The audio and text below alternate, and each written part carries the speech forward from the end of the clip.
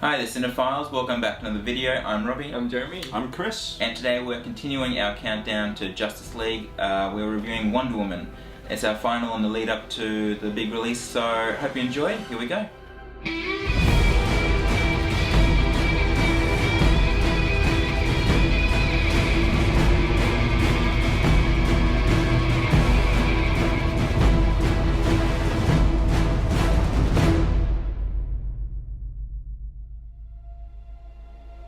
I used to want to save the world.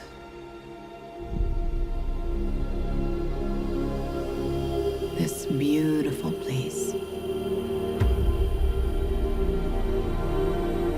But the closer you get, the more you see the great darkness within.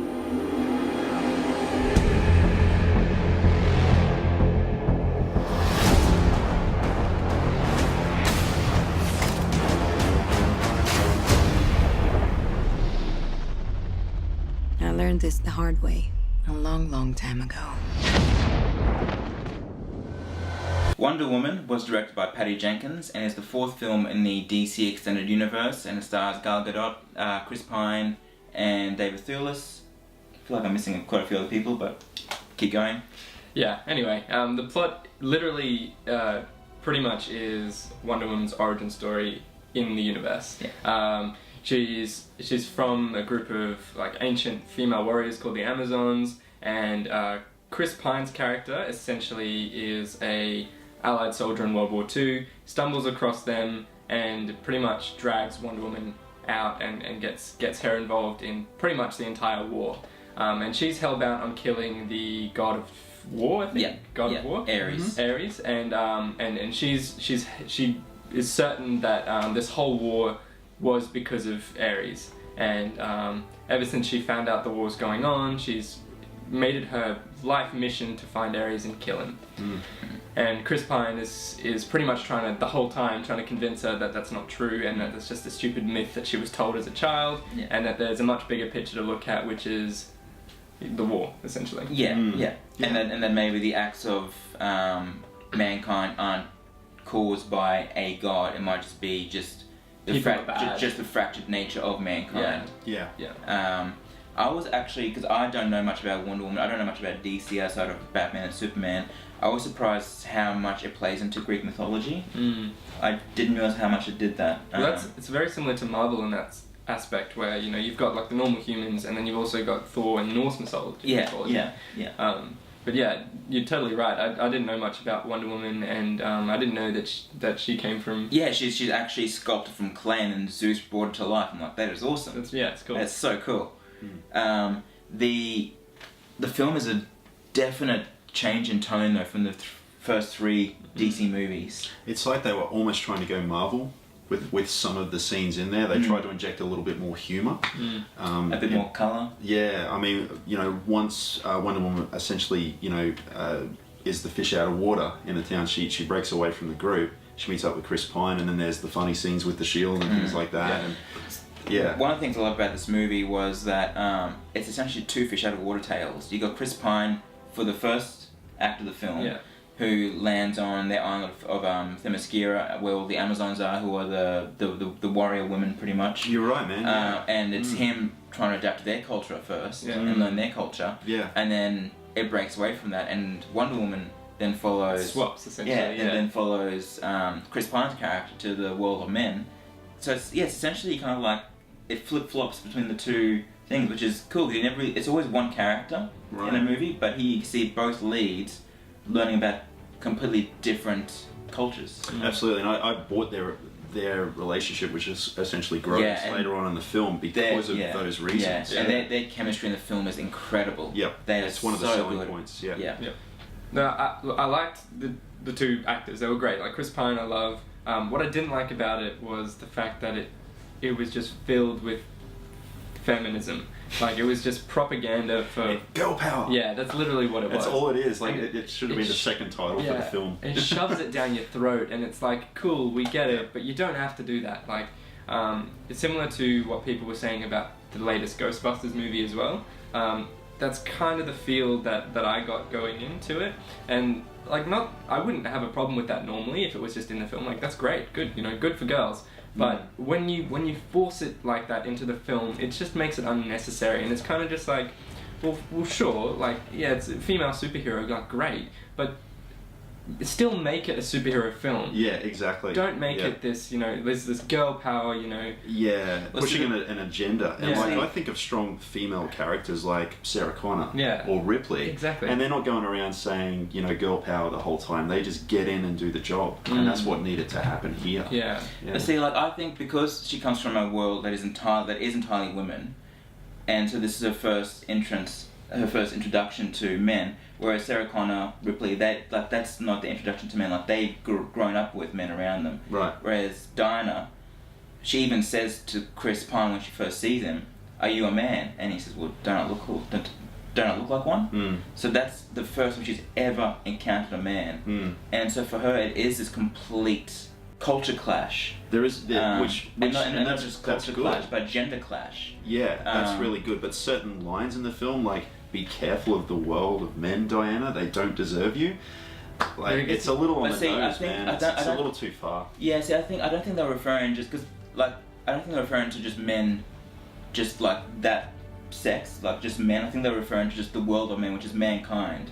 That mankind, like mortals, don't deserve the immortals. If she had said mankind, that would have been better. If you know anything about feminism, then you would understand that it's some people, like extreme feminists. I'm not saying that this movie is like feminist extremist or anything, but when people go out of their way to put that stuff in a film and quite directly attack one sex, that's not equality. That's just doing that because they can, essentially. Yeah, and that's right. It doesn't benefit anyone, and it's just It's not that's what I don't progressive see it as thinking, attacking anyone, because like even at the end when Chris Pine, no spoilers, keep that for the end, but Gal Gadot, she does something and she thinks that should have cured everything, and he said, well, maybe it's not just because of a god, it's maybe it is just us, just that we aren't, that we have this good and evil in us. And he's referring to humans then.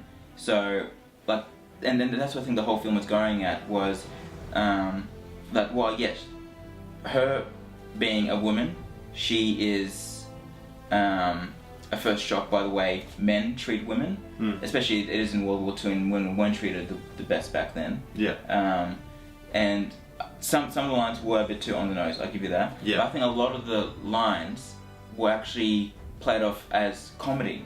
Oh yeah, totally. Which I really liked, like the secretary line. I thought was hilarious. It was, man. The humor element really worked in this film. Definitely gave it extra points. When Dinah's trying on different outfits. Yep, and that's like, great. And she's like, "How are women supposed to fight in this?" And she's like, "We use our politics and our nice speech." Yeah. I can't remember the exact line, but something like that. Yeah, man. There's a lot of great moments in the film. There's definitely, you're right. There's some good lines in there. There's definitely more good lines than bad lines. It's just I laughed out loud at just how obvious the agenda is. That it was trying to push in the film. I think I was the only one in the cinema that did laugh out loud, at the time. But I still enjoyed the film as a whole. It didn't detract from the enjoyment, but I did notice it there. So yeah, I wish I could agree with you. I do agree. I will say though that the agenda thing is not my least favorite thing about it. I didn't like the film because, generally, because I felt it was too cliche and it was too much like a boring superhero movie, and there was no. Nothing special about it. It was just very standard. World War II. There's a beginning, a middle, and end, and there was nothing in there to make it special. Yeah, that's it, man. I think it's in the third act too, where it's just basically it's like every other superhero film. Like, that's the thing, man. These films, they have to hit certain beats. And so the surprises don't really come in as much as they should. I would love to see them change things up, but they won't because of the demographic they're going for. And but see, like that argument that like the ending is like every other superhero movie, you can apply it to Marvel as well. That's right. Like even Homecoming and Ragnarok, which are my two favourite Marvel movies probably to date, they still fall for that thing at the end where it's a big final CGI extravaganza. It's really big, you can't escape that. But I think the way they led up to that and executed it all, I thought was done so well. I like how. What I loved about it so much was that it wasn't just a good origin story where you get where Wonder Woman's coming from, you understand her origins and everything. It's not just a good superhero movie. I thought it was just a good movie where it's telling its own contained story. It's not. I mean, it has the compulsory kind of like opening and ending kind of like lead into the Justice League, which it has to do. But it could be a standalone film. But the actual main story is a standalone film, which is not focused on any world building or anything like that. Kind of like what we were saying about Blade Runner when we were doing our review of that. Right. It's not focused on what's coming next. And it's just focused on telling this contained story about Diana in World War II. Yeah. And actually my favourite scene of the film isn't even any of the superhero bits. It's when Chris Pine and Gal Gadot are dancing in the snow. That's my all-time favourite scene of the film. And probably my favourite scene of the entire DC extended universe so far. Sure. Because it was so human and so grounded, and the emotions in there were so real. And just Chris Pine just talking about just humans just on a day-to-day basis, like you can relate to that, and it was so moving seeing someone who is talking about these things that we all relate to, getting up, having breakfast, reading the paper, go to work, but then it's coming from someone who has been broken down by the war, and he hasn't experienced that. Yeah, so that was great stuff, man, because we felt it. Like, we need more of those scenes. I think my nitpicking with the film is more on a basic level, where it's more so like the slow motion scenes with her fighting were just, they were kind of bland. It was like her like blocking the bullets, and it was like, well, cool, but like this is just, you know, it's kind of cringy. It almost made me cringe. I was like, oh god, like do something more, like be more exciting, be more explosive. Do you think like the whip bit was awesome when she's like going all at it? No, well, she wasn't really. Like, you can do so much more, and like you said, the Marvel do the same thing. Yeah, sure, Marvel, you know, do build up to a big ending, and it's a cliche superhero ending, but there's something about Marvel that just makes it so much better. And it could be the comedy, it could be the choice of actors, whatever it is. This movie just didn't make it for me, for whatever reason. Where would you rank this in the DC universe so far? That's at the bottom for me at the moment. See, for me, it's a clear-cut winner. Like, I like Man of Steel very much. I've got my problems with it, but I think 3/4 of it is a good movie. BVS, like we said when we were doing our review, I think it's 50% a good movie, 50% very sloppy. Yeah. And then Suicide Squad, I don't know what happened with that. I just didn't get into it at all. Wonder Woman, maybe it's because it was just back to the basics, and I think that's what DC needed. And it was good to just have a film focus on just one character for a change after BVS and Suicide Squad. BVS was really cluttered. It tried to do too many things in its storyline, and so you're right. With Wonder Woman, it's a little more streamlined. Because Marvel, it did standalone movies for all its heroes, so you got to know them individually before the big team up. And I feel DC is trying to rush that and just get a Justice League quickly. But Man of Steel had its own solo one, which is good. But then we had BVS and then Suicide Squad just hammering in all these characters trying to catch up to Marvel. And Wonder Woman, I thought, was the breather that we needed in DC. And it was finally on track. I think I don't like the film, and you like the film for the same reason. We just have different mindsets. So it's interesting that we're disagreeing right now, because I don't like it because they're rushing it. You like it because they're rushing it and they have a breather. No, but Wonder Woman... No, I don't like the other movies. I'm talking about... I like Wonder Woman just because it's a standalone movie that can be separated from the rest of... That's why some of my favourite Marvel movies are the standalone ones. Ragnarok, Guardians, Homecoming, because they're not attached to everything in the Marvel universe, whereas Age of Ultron and Iron Man 2 are my least favourite, probably, because they're so focused on connecting to everything and setting up everything. But Wonder Woman, like my favourite Marvel movies, is just its own story where I can just watch it on its own without having to worry about, you know, watching the next one to continue the story or anything. It's its own contained film. Yeah, it's funny, guys. Listening to you both, I actually agree with both of you, and I kind of sit somewhere in the middle between where both you guys are. All the negatives you mentioned, like, I agree with everything you say, and all the positives you mentioned, I pretty much agree. I probably just don't feel as strongly about all of these things about both of these points, and that's why the film kind of sits in the middle for me, where I actually had a good time, but I had issues with it. Like any film, even, you know, my all-time favorite movies, there's things in it that I can nitpick. There's, you know, no movie is flawless. That's right. I mean, even though I can maybe think of as a whole, you can say a movie's perfect because it's maybe the perfect experience. Yeah. But when you go into, you know, nitpicking and really looking at it critically, there are always flaws in films. So I'm not saying that Wonder Woman is a flawless movie, far from it. But as a whole, it did for me something that none of the other DC movies did, which was I was able to get into the character, I was able to get into the story, and just be engaged for the entire 2.5 hours. It's a long film. It was, yeah. It was a long film, yeah. And I was completely captivated by it. I absolutely adored this movie just because I was just so engrossed with it, which I wasn't expecting. Because after the previous first films, I went in with pretty average expectations. Yeah, thanks to Wonder Woman, I'm like, cool. Maybe DC, maybe not just DC, but Warner Brothers have learned from their past mistakes. I'm hoping that Justice League will learn from what Wonder Woman got right. I hope. See, fingers crossed. That's exactly what you're saying. But I'm saying like almost opposite side of the spectrum. Like, sure, they've made this good film, but Justice League's going to be exactly the same because they haven't had that development like the Marvel films. It's just been, you've got a Wonder Woman standalone film and a Superman standalone film. That's it.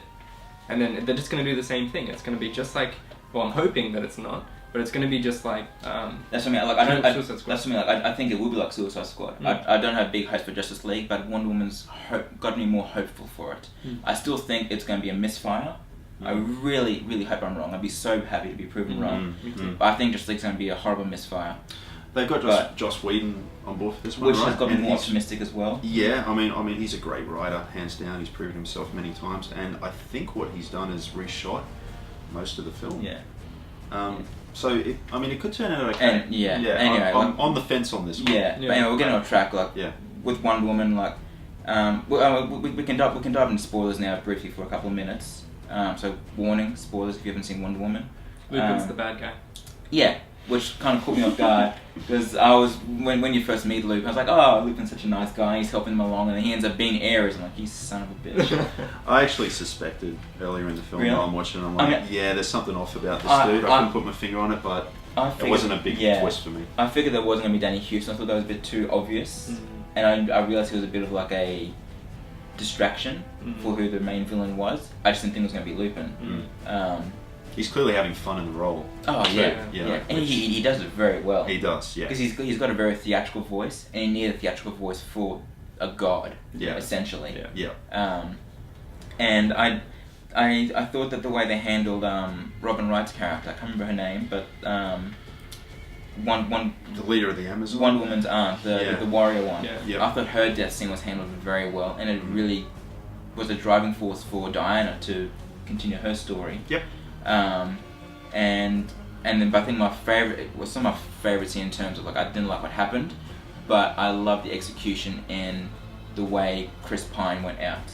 I thought that was such a touching ending, and I loved how I hate when that they don't give characters a hero moment, and here they give him his hero moment. Like I even love just the quieter times when he's aiming at the explosives and it just focuses on his face for a minute as he realizes what's about to happen, and you get that moment with him as an audience member, and it goes a bit even. It just stops time for a minute just so you can have that. They kind of brush past a lot of that stuff in movies. In other movies, they have, which really that moment in there. Yeah. You're right. Yeah, good point. And I just love when they give a character, especially a character you've known from the beginning of a movie, and who you've gotten attached to over the 2.5 hours. You don't want them to just go out just quickly. They need to have that moment, and you need to have a goodbye as an audience, almost a farewell. Yeah, and they give that to him. That's why we go to movies. Yeah. We identify with the characters on screen. Oh, we're going to follow that guy over there. I like this dude, this girl. What are they up to? And goodbye moments are important. Yeah, definitely. So, star ratings. What are we giving it? Well, I'm sort of tossing up between 3 and 3.5. Sort of going off some of the positives you mentioned. I could probably lean towards more of a 3.5. I had a good time, as I said earlier. I had flaws. I had a few little problems with that movie, which stopped it from being an excellent film for me in some ways. But yeah, I'll go 3.5. I'll give it a 2 stars because I didn't enjoy the characters on their own, and I'm probably not going to enjoy them later in the extended DC universe. Well, we'll have three very different ratings. I guess, like we've said in other movies, it's so subjective film, it's down to the individual person. Totally. Yeah. I adored this movie. I thought it was excellent. One thing I didn't mention, Rupert Gregson and Williams' score in this was incredible. I thought he brought in Hans Zimmer's score from the Justice League, Batman vs Superman, the Wonder Woman theme. That was done so well. That's right. Integrated into it. That's right. But I just thought it was so well done. I'm giving it 5 stars.